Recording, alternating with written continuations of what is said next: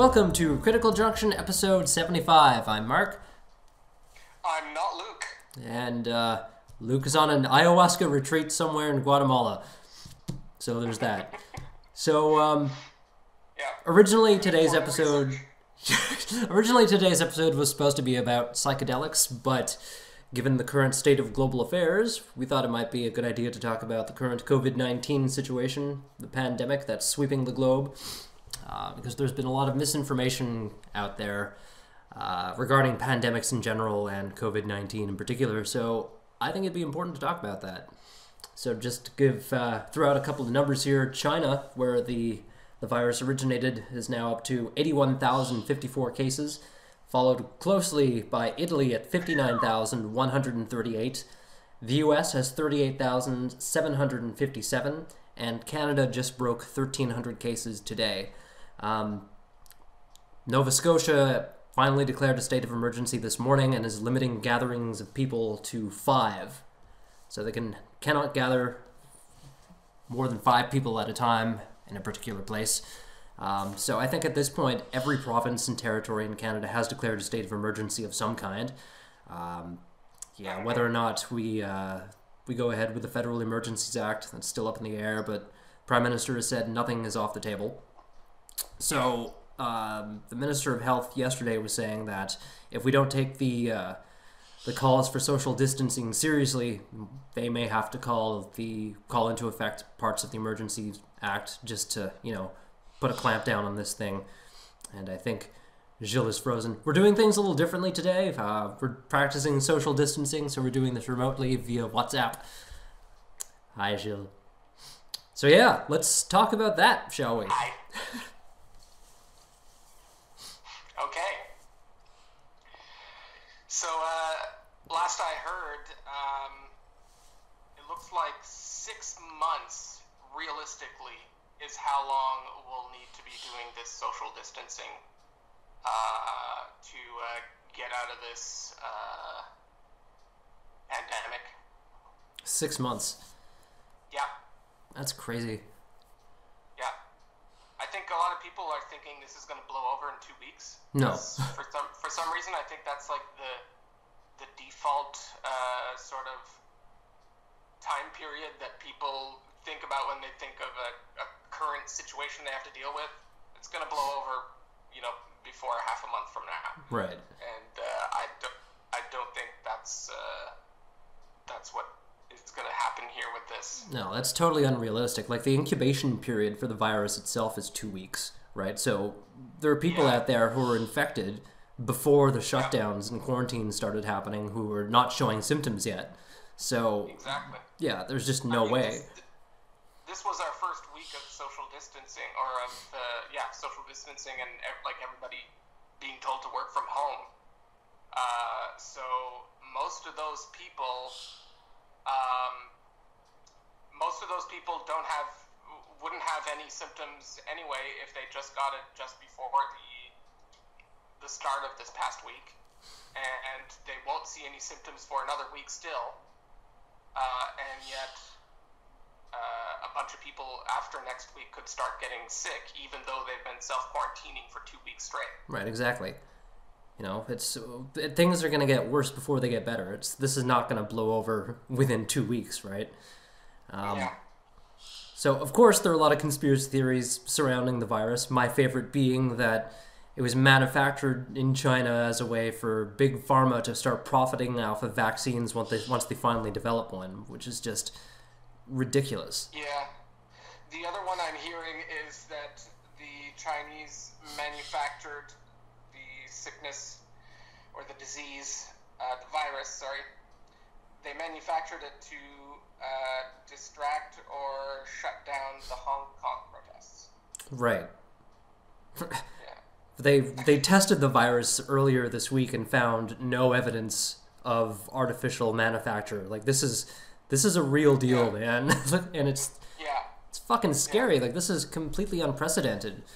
Like, I think part of the problem is people don't understand exponential growth, and they just think, cases are doubling. They're not just doubling, right? It's exponential. It doubles by itself, right? The number doubles itself or it multiplies itself every day, That's right? And Yeah, that's it multiplies itself by itself. yeah, exactly. And people don't for some reason don't seem to understand that. They just think, oh, it's spreading. And people are also focusing on the mortality rate, like it's just a 2% mortality rate. But when you think about it, Right. 2% of how many cases did I mention overall globally, right? Well, okay, let's say the virus does literally spread globally to the entire population. Like, then you're talking about 2% of 7 billion. Right. Which is how many million? Right. Yeah. And the mortality rate isn't what people should be focusing on. It's the fact that this thing is so quick to spread and it's so infectious. Yeah. We haven't seen anything like this, right? Yeah. And there are people who are ignoring the calls for social distancing, right? Like in Quebec, there was that one woman who was quarantined, and she just decided to go for a walk the other day. Yeah, she literally had it and like was a known case, and she was in the hospital for it, and she still went out. Yeah. I don't understand that. Like, what are you? What the fuck? What are you thinking? What is wrong with that person? Well, she's infected. I guess it infected her brain first. It must have. Whereas other people, it affects their lungs. I don't know. It's insane. But in Nova Scotia, like I was watching the press conference this morning, and the police are now empowered with the ability to enforce the public health agency's recommendations for social distancing, right? And like this is, I think Nova Scotia is the strictest measures we've seen in the country so far. Like just about limiting gatherings to 5 people. Like that's incredible, right? Yeah. Yeah. But then That's comes pretty that also raises the question of enforcement. Like how are they going to enforce this, right? Like are they gonna start patrolling the streets looking for people from gathering of more than 5 and breaking them up, kind of thing? Like are we gonna have roving bands of like quarantine enforcers? Holy shit! Like Fahrenheit 451. Right? Oh. Yeah. I don't know. But you've been working from home, right? What's that? You've been working from home, right? Yes, I've been working from home. We're very well equipped where I work to do that kind of thing. We've got like this.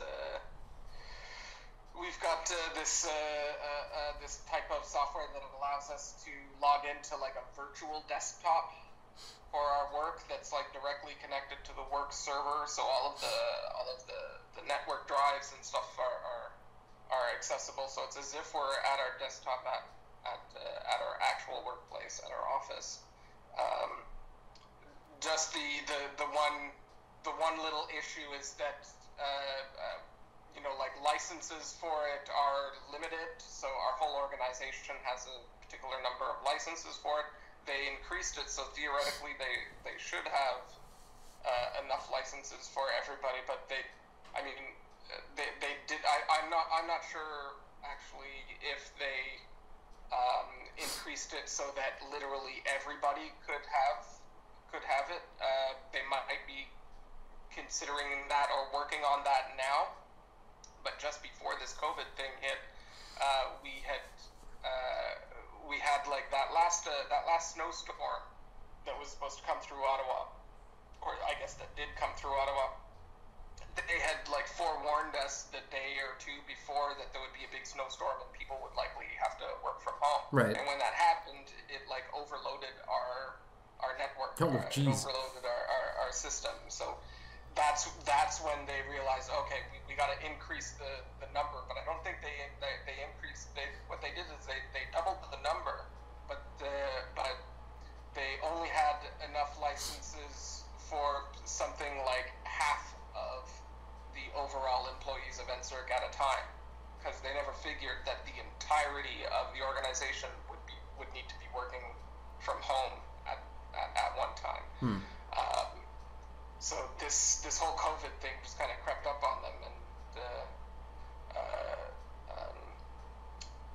so some people just have been unable to connect when they need to, and we've had to find some other solutions to be able to do work from home. without having access to that. Right. To that virtual desktop kind of thing.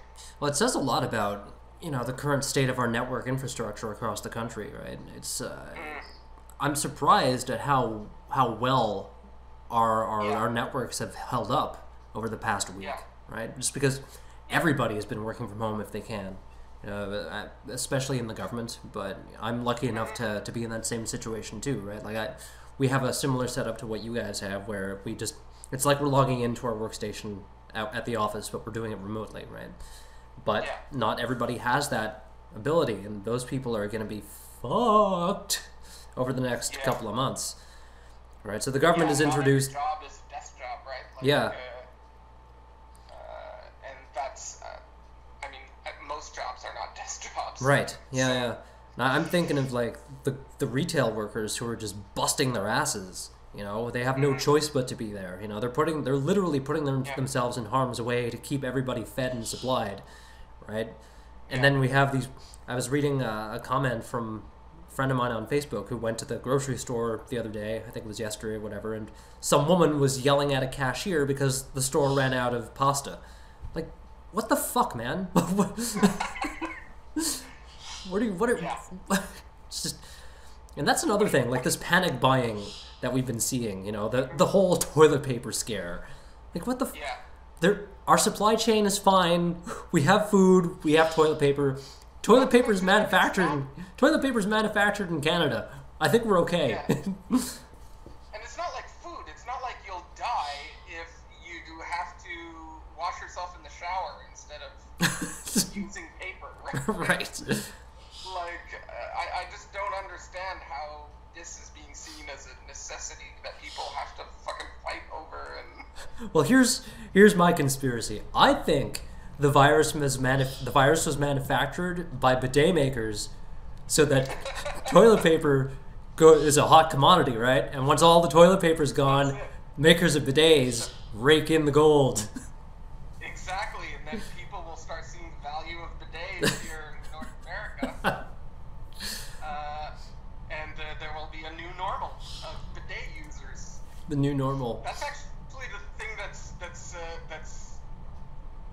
been going through my mind. Actually, is how this whole thing will create sort of a new normal. Like you said, you were surprised at how well adapted this showed that like people with desk jobs, those kinds of jobs, how easily those can shift towards more of a work from home kind of model. And I'm hoping that that'll be like sort of a silver lining here, is that there's like some old resistance to change and stuff that was more of a reason for holding us back from using this kind of remote working or virtual working, and teleworking, I guess, is the official term. And the resistance was keeping us from using it, even though we had the technology and we had the ability. And we all know that like making people go into to work and throw themselves into that rush hour twice a day, clogging up the streets with big fossil fuel consuming machines, right. and then using all this extra energy at an office location while their home also is consuming energy when nobody's even in it. Yeah. Like suddenly that job you didn't think.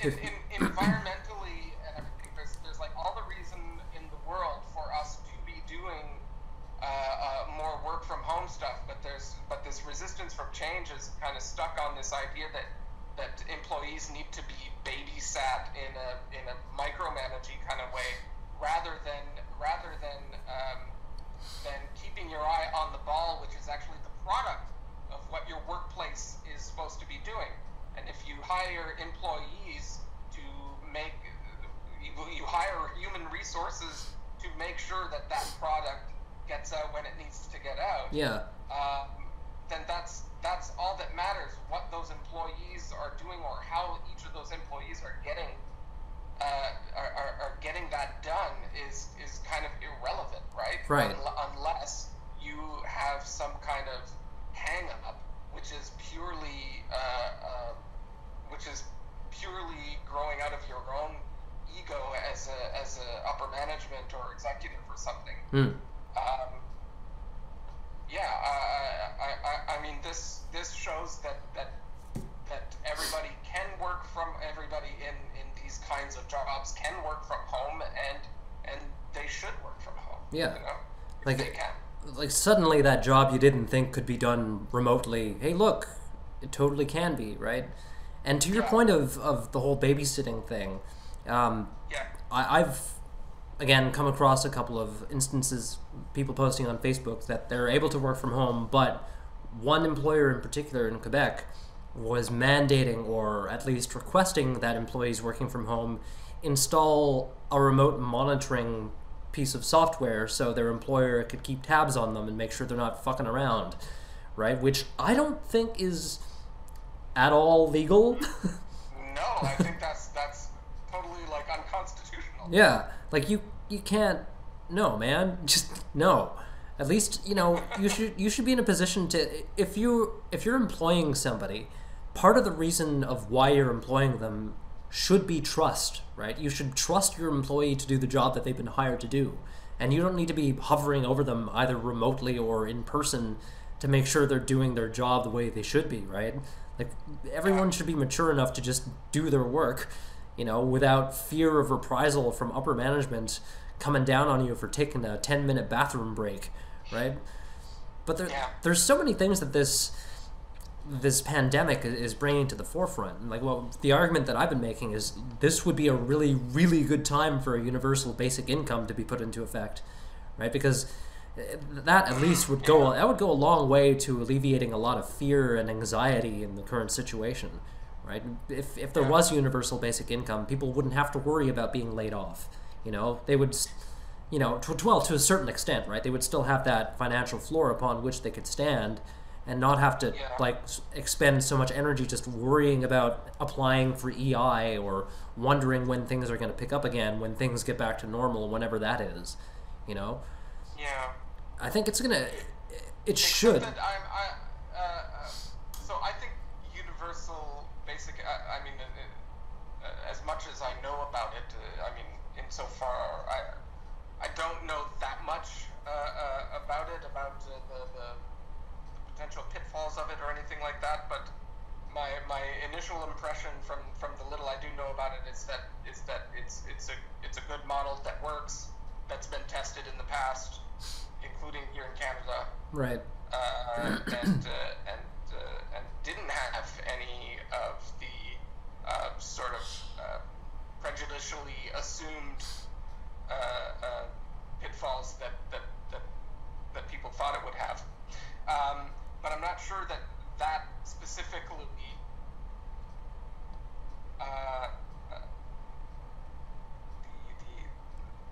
the basic income would. Hello, are you there? Yep, still going. Yeah, okay.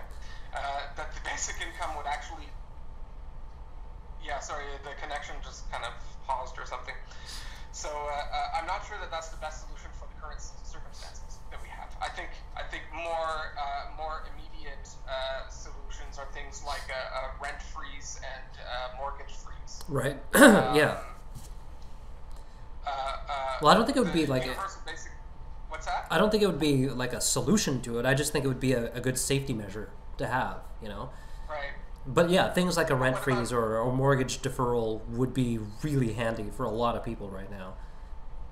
Yeah.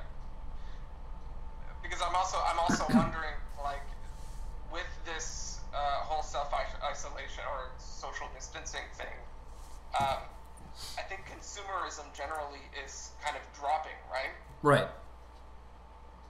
So, like, people are going to shopping malls and buying a bunch of stuff. They might be buying more on Amazon and ordering shit online more now.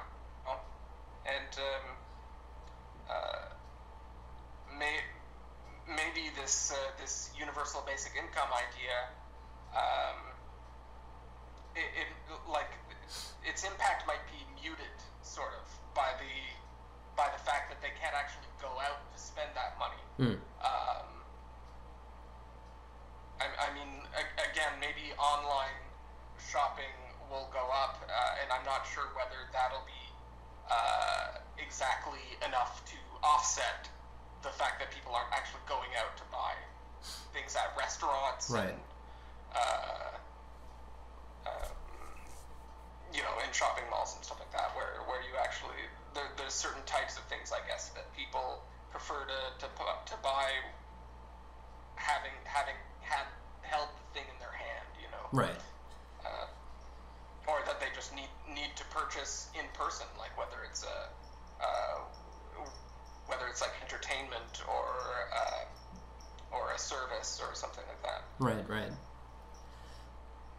We're definitely living in interesting times, as that old Chinese curse goes, right? You live in interesting times.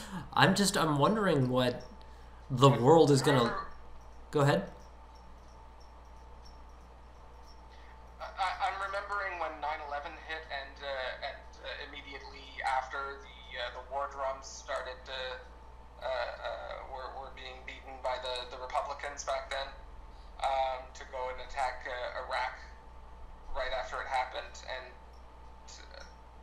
at that time I was often thinking, like, these are people that are like taking the opportunity to really put that old adage of "may you live in interesting times" kind of in effect. Like they just really want to. It's like a self-fulfilling prophecy kind of thing. They really want to. They want to be in interesting times. They want to feel like they've been a part of interesting times more than they want to actually do the right thing in these kinds of circumstances. Right. Yeah. But that might just be my cynical sort of projection about what I feel humanity is. Well, I don't know. I think to a certain extent that might be true. Like, some people are just, they're in it because it's exciting, kind of thing. Yeah. Like, holy crap, it's a pandemic. That's so cool. It's like a movie. Like, fuck off. Yeah. It's where people are dying, Yeah. Could you not? Yeah, could you not? But it makes me wonder what the new normal is going to look like when we come out of this in a year or whatever, Yeah. There's certainly going to be an impact on the travel industry, that's for sure. I mean, Air Canada laying off all those people just a couple of days ago, and just airlines shuttering their doors for the time being. Yeah, I think most of those smaller airlines are just going to die. I don't think they can take 6 months of being grounded. Yeah, I doubt it. With 9/11, how long was it that they had all the planes in the U.S. grounded? Right. Just a couple days, right? And that fucked with some airlines at that time. So 6 months is just orders of magnitude. Yeah. More serious. Yeah, and this is gonna drag on for the foreseeable future, right? Like, a vaccine is 12 to 18 months away at the earliest, so between now and then, what happens? Where did you hear about the timeline for producing a vaccine? A couple of different places. I think that they ran a story on CBC that mentioned the timeline. I think the WHO also said something to that effect, but it's because, like, scientists at Sunnybrook University here in Ontario were able to isolate the virus so they can start testing it in a lab to see how it reacts and stuff. But then they have to get it cleared for, like, they have to actually start developing the vaccine, and they have to start getting all the paperwork lined up and the bureaucracy for the human trials to commence. Then they have to test it out, and then they have to refine the formula, and they have to keep going back and forth. It's going to take a long time. A vaccine isn't something that's going to arrive at our doorsteps tomorrow. It's so. Did you hear about Trump's suggestion of using malaria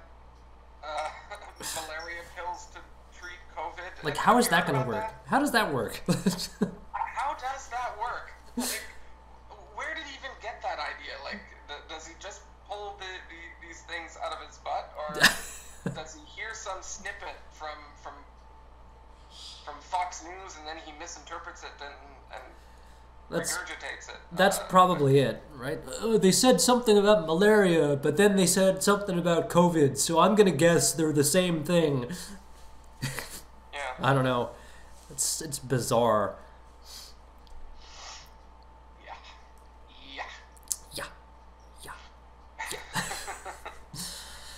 So yeah, what about these people, these spring breakers? Did you hear about these guys? Holy fuck!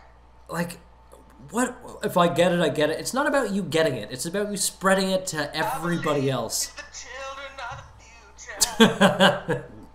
the future. Oh, that pissed me off so much. Oh my god, I weep for humanity. Seriously, like the cavalier attitude of these people down there, like. They're just completely ignoring all the recommendations from every public health agency. Like, it was just... like, another... I'm not sure how long those students have been down there, but I was hearing about how a lot of these snowbirds, there's a huge chunk of the Canadian population that just goes down to Florida for the winter, for the whole winter. Right. And a lot of them, because they're on vacation, they just completely unplugged from the news, and so they didn't even know about this COVID thing or how bad it was. Really? And so they're getting surprised when they're finally at the end of their trip and they're like getting ready to hop on a plane back home, and then they're finding out all this shit, like they'll have to self-quarantine and all this kind of blah blah blah. And some of them aren't even, because they might have symptoms or something, which they might have just put off as just a simple cold. They're like, some of these people are even getting denied from getting on the plane to get home in the first place, right? Right. And they're just being blindsided because they've decided to completely ignore the news and disconnect while they're on vacation. Right. And so I think a lot of these kids down there on spring break, might have been in the same kind of position. They might not even have heard of it. And then all of a sudden, these news cameras come down there and put a camera in their face and say, hey, so tell us more about why you're partying out here while the COVID pandemic is fucking up the world majorly. And I'm pretty sure some of these students are like, what? I haven't heard about any of this. So it can't be a thing. It can't be a thing. That's impossible. Otherwise, I would have heard of it. Impossible. Yeah. Yeah, that must be fake news. It's fake news. Fuck. Oh, that was the other thing that was hilarious. So Russia has been pretty tight-lipped about how it's dealing with COVID and how much it's being affected by the pandemic. And I mean, they feel no obligation to be informing the rest of the non-totalitarian world, right? Right. Which they consider like their adversaries. So they said that they didn't really have many cases of COVID in Russia. Right. I think they might have somebody might have even gone as far as saying, "Oh no, COVID hasn't affected us." Yeah, they're either misrepresenting the numbers. What's that? They're either misrepresenting the numbers or underreporting or something. Yeah, exactly. But in the same breath, they said, when COVID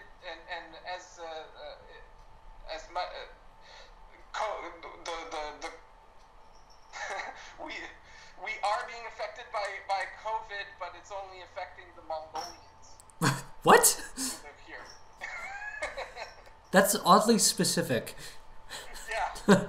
No, it's just the Mongolians. The Mongolians. That wow. I don't. My favorite South Park character. Nice. So yeah, there's a lot of the talk recently has been about flattening the curve, and Right. I don't know if people understand what that means necessarily, or why. I'm pretty sure hoarding is not one of the panic buying and hoarding is not one of the It's not one of the recommended. mechanisms of flattening the curve. Yeah, no, not no. But yeah, there's a threshold of the healthcare agencies and their ability to react, right? There's a finite number. You have so many beds, Yeah. so many respirators. Right, exactly. There's a finite number of places and hospitals and whatnot, and a finite amount of hospital supplies with which they can respond to the crisis, right?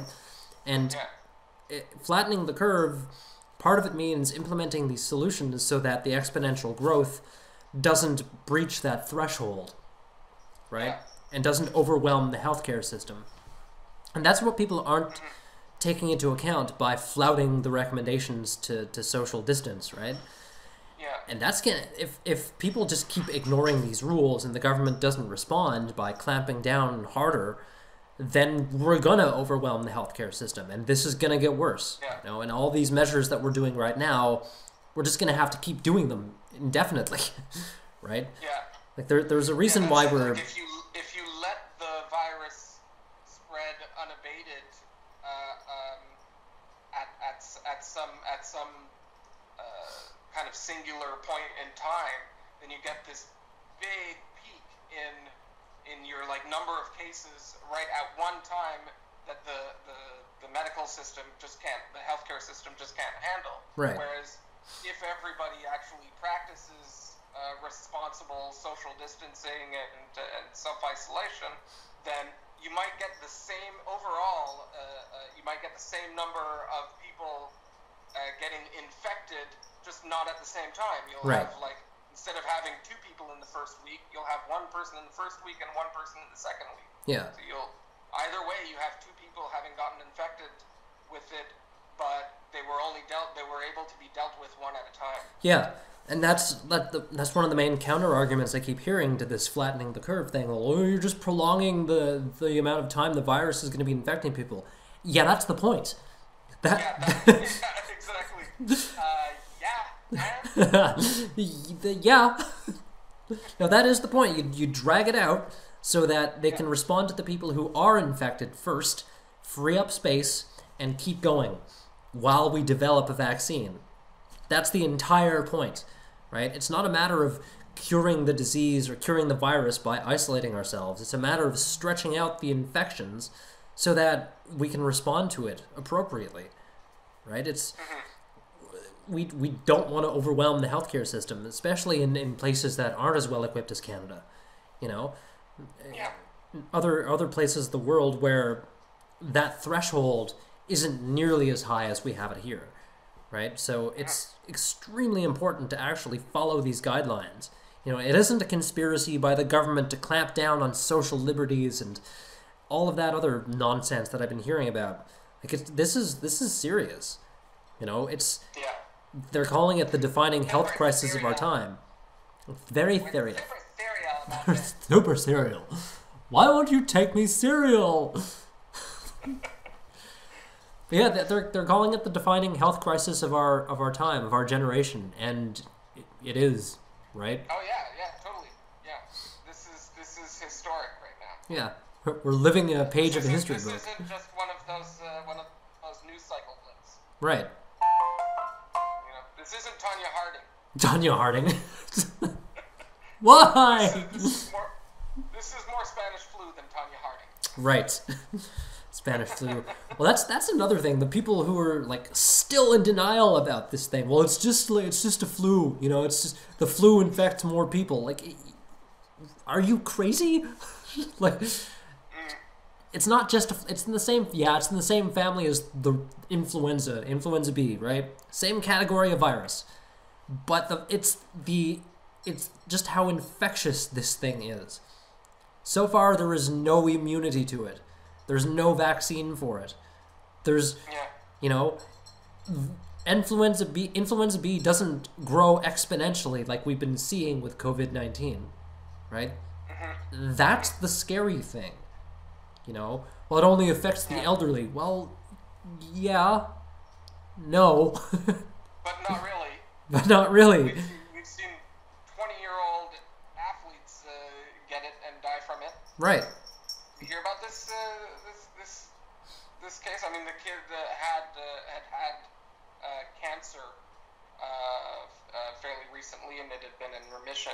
But still, you don't expect a 20-year-old who's actually athletic, like who's actually in shape and in good health, to be getting sick with this thing and then being one of the people that actually dies from it. Right. Like it doesn't matter who you are. You'll like it. There's a potential for it to actually be serious. Yeah, for sure. Like odds are, if you don't keep away from everybody else, like if you don't practice that 2 meter distance thing, you're gonna get this. Yeah. I just heard today from some family members that a warning has gone out about gas pumps. Right.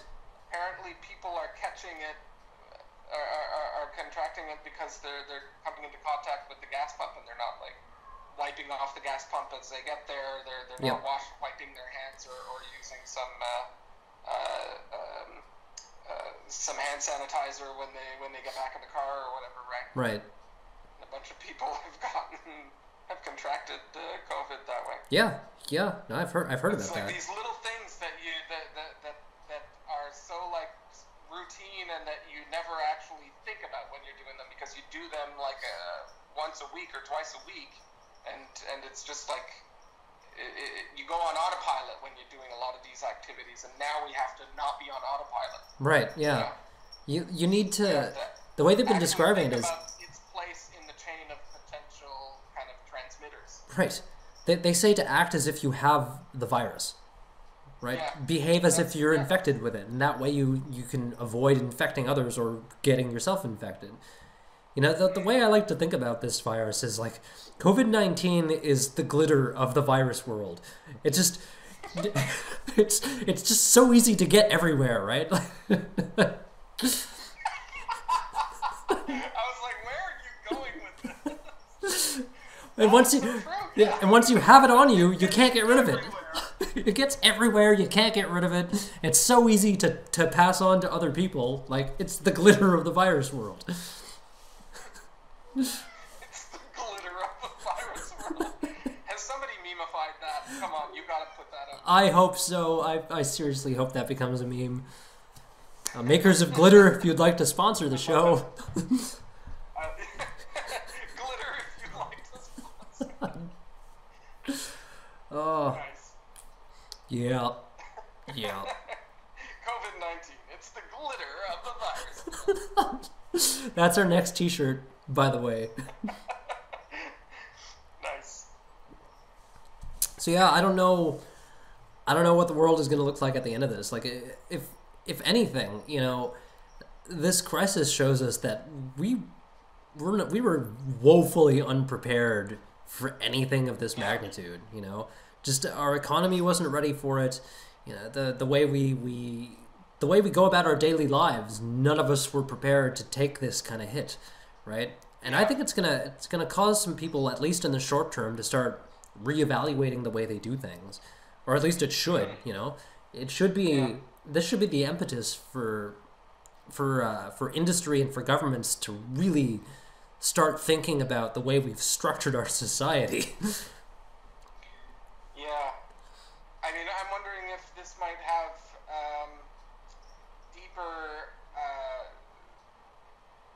deeper ramifications for the way we do capitalism.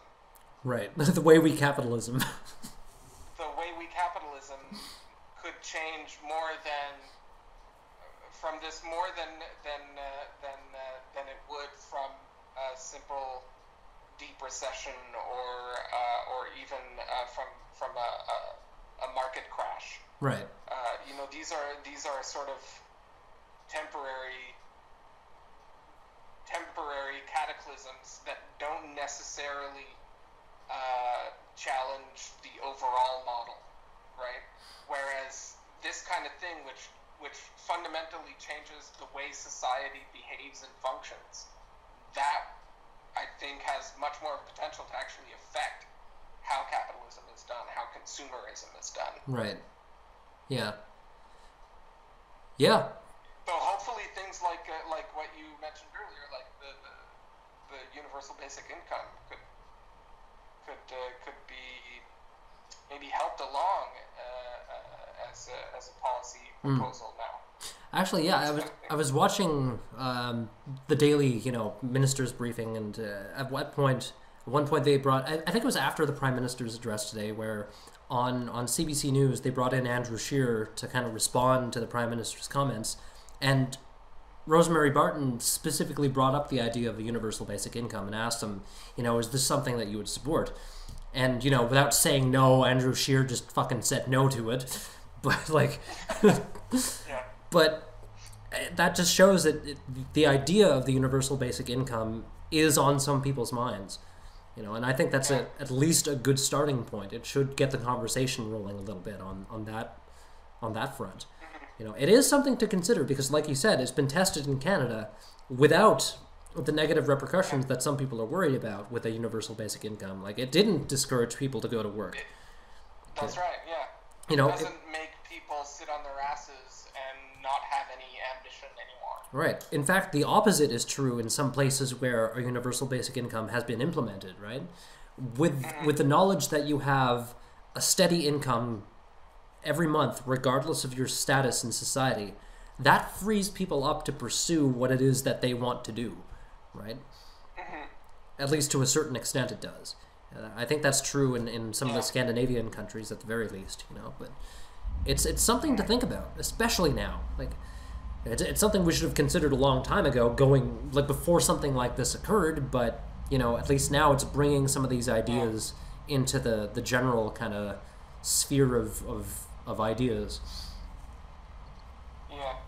Instead of continuously testing how high the ceiling can go, which is, I mean, pretty much infinity, right? For those at the very top, for the 1% of the 1% kind of thing, we've seen how like wealth has been just growing and growing and growing, and the gap between the lower 50% and the top 1% has just been growing and growing and growing.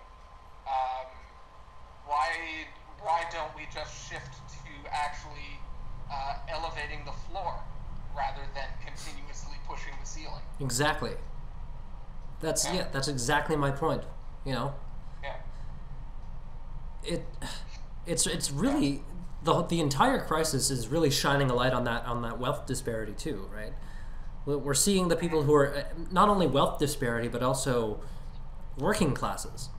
We're seeing the divide of people who are able to work from home because they have one of those jobs that allow them to do that, a desk job where they can log in remotely, versus the delivery person or the grocery store worker who don't have that luxury and they're reliant on that minimum income, right? While putting themselves literally in harm's way. That's right. Yeah. It's the people on the front lines deserve mad respect for still going out there every day despite all the dangers, right? It's I don't know. It's time for us to rethink capitalism. And along those lines, it's kind of funny now that all those people who've been decrying the evils of socialism and government handouts are suddenly very quiet when their businesses are endangered because of this. Right? Suddenly, they have no problem getting a bailout from this $85 billion stimulus package that the government is introducing, right? I was kind of surprised at how little we're seeing the conservative opposition to the current liberal government. How little I was seeing from them in terms of going on the attack and criticizing every move that the current government is is taking in response to the crisis. That was another question that Rosemary Barton brought up to Andrew Scheer today. Like, the Conservatives have been pretty quiet lately. Is that a sign of, how did she put it, like, of cooperation? It wasn't exactly cooperation, but it was something along those lines. Quiet assent, yeah, something like that. And he's like, well, you know, we have a responsibility to hold the government responsible and stuff. And then he mentioned a couple of things that he brought up last week or some shit. Like, dude, you need to shut the fuck up right now, and that's what you should be doing. Just let the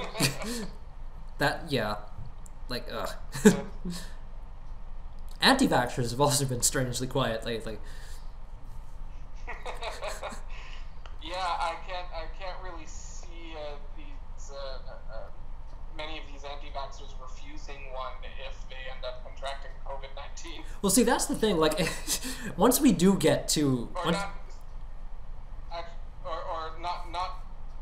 not if they personally end up contracting it, but if you know, as this thing kind of spreads and gets more and more, becomes more and more of an imminent danger kind of thing to people personally, as the general public starts to get it that they are personally vulnerable to it, then I think they're going to be dropping their vaccine skepticism. Right. Well, I'm pretty quick. I'm really interested in seeing, once we get to the point of having a vaccine developed, how many of these anti-vaxxers stand by the strength of their convictions, right? It'll be interesting to see. But I guess, like, the last thing I wanted to touch on was the comparison to the climate crisis.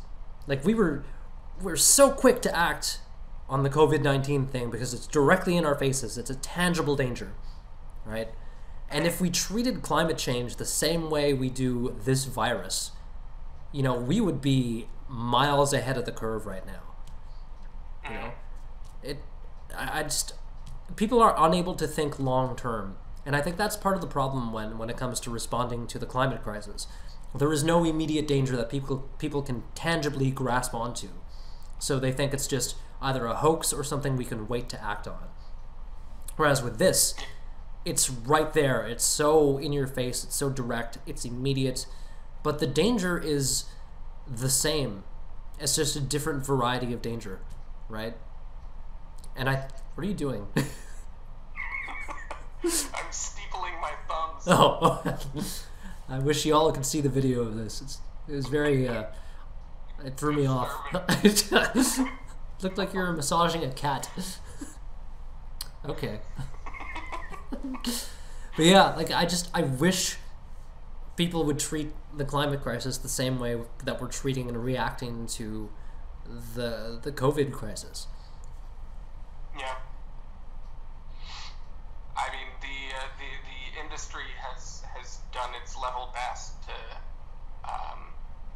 sort of circumvent people's natural critical faculties and just completely undermine the consideration of expertise and of actual science and knowledge, and has gotten people to actually question whether or not a vested interest is more credible than those whose job is just to get at the information, you know, to do the science. Like, one paper from an oil shell company is just as good as 1,000 papers from credentialed scientists. Right. And that goes for the cigarette industry, for the the oil industry against climate change, and I think the pharmaceutical industry too, against vaccines, and it's funny too. They've kind of reversed it. Like, people who buy into the conspiracy theory think that it's a pharmaceutical industry conspiracy to sell vaccines, even though it's like the least profitable thing that a pharmaceutical company makes, right? Yeah. Like vaccines are often given out for free. Yeah, and it's a limited time span market too, right? Once you develop, once you have the vaccine out there, you can just make money in perpetuity like you can on a lot of other types of medications, like painkillers, right? that? Like painkillers, for example, those are always in demand. Like Yeah. that, you know. Exactly. Yeah. People take aspirin and Tylenol and Advil for literally nothing. Right. Like what?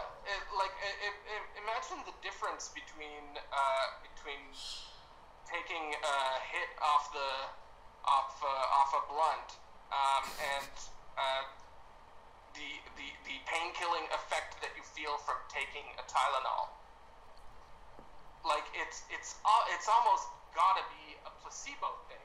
Right. Like you're not really like Tylenol, for instance, is good for taking down a fever, but people are often taking it when they feel some kind of pain, and the kind of dosage that you get in off-the-shelf Tylenol or aspirin is so low that it's actually not really doing much to help pain as much as other actual things that might not be so profitable for the industry can be. Yeah. Yeah. I guess that's a bit of a tangent, though. But thinking of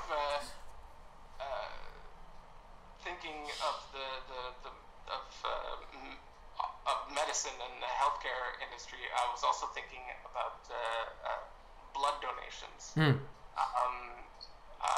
think they're like super hurting right now. Yeah. For blood supplies with how much the healthcare system is being overwhelmed with people coming to the hospital and stuff. Right. Have you ever given blood? Actually, no. Personally, I haven't. Really? Yeah, I should though. I would have pegged you for someone who would have. Me too. Yeah. I've done it before. Not often, maybe twice. And I'm thinking I'm going to go in this week. They sent an email out saying that sort of describing what kind of precautions they're taking to reassure people and encourage people to come in and give blood within the context of this whole social distancing stuff. So yeah, it's a good idea. I think I'm going to go in this week. Nice. So, final thoughts on the pandemic, COVID-19 in general, pandemics other way around. Pandemics in general, COVID-19 in particular. Yeah. Listen to the experts and not the vested interest critics or people who stand to gain politically by misinforming, and also maybe focus on those potential silver linings that this crisis might highlight, things that are going to help with climate change and just with maybe economic policy. Yep. Yeah, for sure. As for me, heed the call for social distancing. If you can work from home, do it. As the hashtag says, stay the fuck home. You're not only protecting yourself, you're protecting everybody else around you. We need to flatten that curve. We need to get ahead of this thing, and we need to isolate. A vaccine is 12 to 18 months away at a minimum, and in between now and then, there's still a huge danger and a huge risk of infection, and things are going to get worse before they get better. So we're in this for a long time to come, and so I have a feeling we're going to be doing a couple of these remote podcasts. Yeah. But another talk about was industry that has been kind of pivoting manufacturing. Oh right, yeah, Towards yeah. things, The automakers that who are help. automakers pivoting to make ventilator parts and whatnot. Yeah, distilleries pivoting to make hand sanitizer. And, Yeah. Yeah. Like at least that shows a willingness on behalf of industry to play ball and do the right human thing. Yeah, yeah. I was just thinking about how funny it is that these are like what they kind of call wartime measures, Right. Where private industry is sort of like made to focus not on some kind of consumer market demand, but on a need for the public good, or for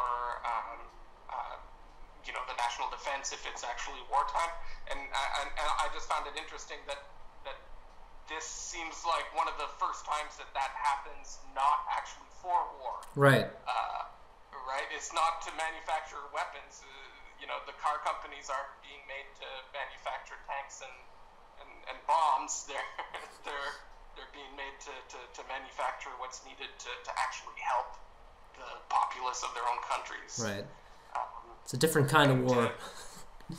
Yeah, so that's kind of a cool thing, that mechanism is being turned and manifested for good. Yeah, no, absolutely. Our grandparents were called to go to war. We're being called to sit on our couches and do nothing. Yeah. I think we got this. As Canadians who live up here in the cold and who have a lot of space, we're kind of best positioned, right? Right. To social isolation. Oh yeah, we've got the room for no it. biggie for a lot of people. Right, yeah. We got the room. Canadian people specifically. 2 meters? That's it? Okay, well, we can do 2 meters. That is my current standard bubble. Yeah, the whole social distancing thing.